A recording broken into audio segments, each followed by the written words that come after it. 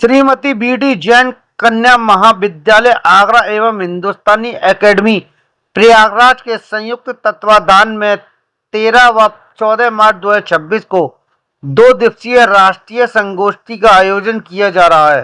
राष्ट्रीय संगोष्ठी के कार्यक्रम का पोस्टर विमोचन 11 मार्च दिन बुधवार को बी.डी. जैन कन्या महाविद्यालय में पदाधिकारियों द्वारा किया गया। राष्ट्रीय संगोष्ठी की संयोजिका डॉक्टर अंकिता तिवारी ने बताया कि हिंदी साहित्य में हमेशा उपेक्षित वर्गों को मुख्यधारा में जोड़ने का प्रयास इस राष्ट्रीय संगोष्ठी के माध्यम से किया जाएगा। ये जो संगोष्ठी है हमारी प्राचार्य महोदय प्रोफेसर वंदना अग्रवाल मैम के संरक्षण में ये पूरे ही कार्य हो रहे हैं। प्राचार्य जी अभी किसी मुख्य कार्य से कॉलेज से बाहर हैं, लेकिन उनके संरक्षण में ही ये सारे कार्य हम सबके हो रहे हैं। और जो ये संगोष्ठी है, इस संगोष्ठी का सबसे प्रमुख और महत्वपूर्ण पहलू यही है कि उपेक्षित पक्षों को रखने के साथ ही हमने कोशिश यही किया है कि उन विद्वानों को हम लोग प्राथमिकता दें जिनका इन पर कार्य है। और क्योंकि ये विषय ऐसा है जिन पर हमारी उपस्थिति साहित्यिक जगत में भी बहुत कम है, तो संगोष्ठी में हम लोग इसीलिए जुड़े हुए हैं कि उन उपेक्षित पहलुओं को हम मुख्य धारा में कैसे शामिल कर सकते हैं, क्योंकि वो जब तक हमारे पास नहीं आएगा, हमारी एक विस्तृत परंपरा जो हम लोगों से छूट गई है और कहीं ना कहीं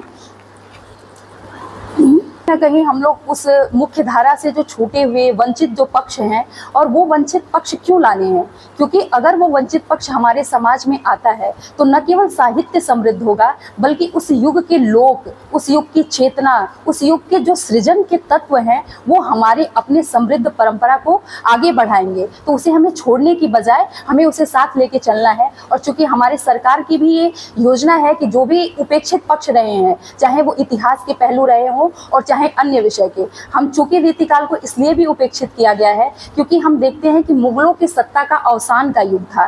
तो क्या हम सत्ता के अवसान को साहित्य का अवसान मान ले? और ये बहुत ही अन्याय हुआ है जो हम अंधकार काल रीतिकाल को कहते हैं। इसलिए सत्ता का अवसान कभी भी साहित्य का अवसान नहीं हो सकता, क्योंकि उस समय देव, बिहारी, मतीराम और कितने प्रकार की नीति के ऐसे दोहे जो लोक जीवन में बसे और रचे थे, वो साहित्य में लोगों ने अपने मुखर बिंदु में लाया। और वो हम छोड़ते हैं तो एक पूरी परंपरा और पीढ़ी को हमसे छूट जाती है। तो इन मुख्य बिंदुओं को हम लोग शामिल कर रहे हैं। हमारे कार्यक्रम में जो 4 सत्र होने के अलावा हमारे प्रथम दिवस में ही कवि सम्मेलन का भी आयोजन किया गया है, जिसमें हमारे आगरा से बाहर के, दिल्ली से भी, बनारस से भी, अन्य जगहों पे जो बड़े मंचों पे, रेखता पे, हिंदवी पे जिन कवियों ने अपनी कविताएं पढ़ी हैं और पढ़ रहे हैं लगातार वो लोग, उन लोगों से हमने अनुरोध किया है वो हमारे संगोष्ठी में आएंगे। तो कवि सम्मेलन का भी आयोजन हमारे यहाँ किया जा रहा है। और आप सभी मीडिया बंधु जब तक इसे आम जनता तक नहीं पहुँचाएंगे, हम लोग यही कह रहे हैं कि ये उपेक्षित पक्ष कब जाएगा, जब मुख्य धारा में आप सब उन लोग तक पहुँचाएंगे।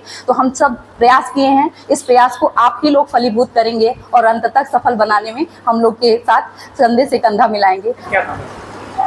मैं प्रोफेसर शिखा श्रीधर हूँ, हिंदी विभाग में ही। पूरे विभाग की ओर से और सर्वाधिक प्रयास करे गए हमारे विभाग के इन हमारी छोटी बहनों के साथ में मिलकर, तो रीतिकालीन काव्य के विविध आयाम विषय पर जो संगोष्ठी होने जा रही है, मुझे उम्मीद है कि उस संगोष्ठी में लोग बहुतायत मात्रा में प्रतिभागिता करेंगे। और आगरा जनपद से बाहर के मथुरा, हाथरस, एटा, अलीगढ़, कई जगह से हमारे लोगों को, इलाहाबाद बल्कि बनारस से भी कई विद्वान भी हमारे यहाँ आ रहे हैं। और उन विद्वानों को जब हमारे शोधार्थी विद्यार्थी सुनेंगे तो अवश्य ही विषय पर उनकी पकड़ मजबूत होगी।